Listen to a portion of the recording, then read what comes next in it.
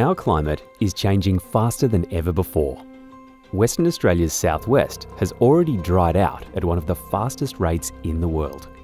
Extreme weather events including bushfires, heat waves and floods are becoming more frequent and intense. What will WA's climate look like by the end of the century? How will these changes impact our communities, unique biodiversity and the infrastructure we rely on daily? The WA government is using one of the world's most powerful supercomputers and the expert knowledge of climate scientists to find out. The Climate Science Initiative is producing the most comprehensive view of West Australia's future climate. This will help government, businesses and communities better understand and adapt to our changing climate.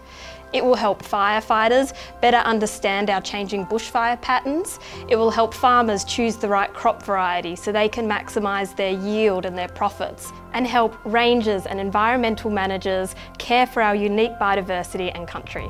They will shape major investment decisions by government and industry in areas like energy infrastructure, planning and regional development.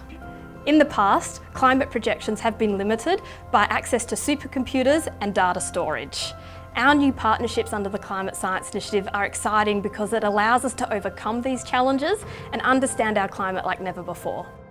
Global climate models divide the Earth into three-dimensional grid cells ranging from 100 to 250 kilometres in size. Because of their size, these cells are often too big to examine the impacts of climate change at local scales. The Climate Science Initiative will zoom in to the state's southwest, producing more detailed projections with grid cells of 4 kilometres. The northwest will be covered by national climate projections with grid cells of 20 kilometres being produced by the New South Wales government. Modelling at this scale has never before been carried out for Western Australia. The first projections are expected to be available to climate scientists in 2024. They will then be analysed and processed for public use by a broader audience.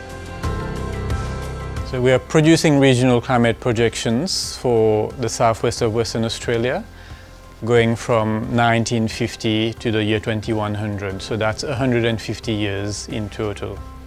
So we are going to simulate two possible future climate scenarios. One scenario where the world is at around about 1.8 degrees global warming by the year 2100, and another scenario where the world is about 3.6 degrees global warming by the year 2100.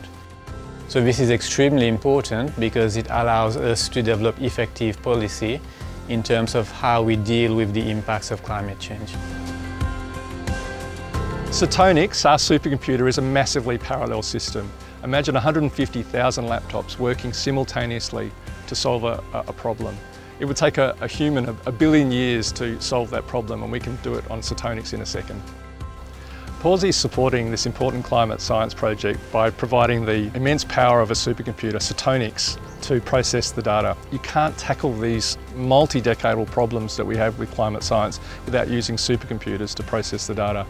Importantly, our supercomputer is also incredibly efficient and energy efficient, one of the world's most energy efficient systems. Taking urgent and decisive climate action relies on accessing the right information. That is why the Climate Science Initiative is so important. It will unlock insights into how Western Australia's climate is changing and its impacts on our communities. Translating and communicating these insights is at the heart of the initiative. The more we understand and the sooner we act, the more effective our responses will be.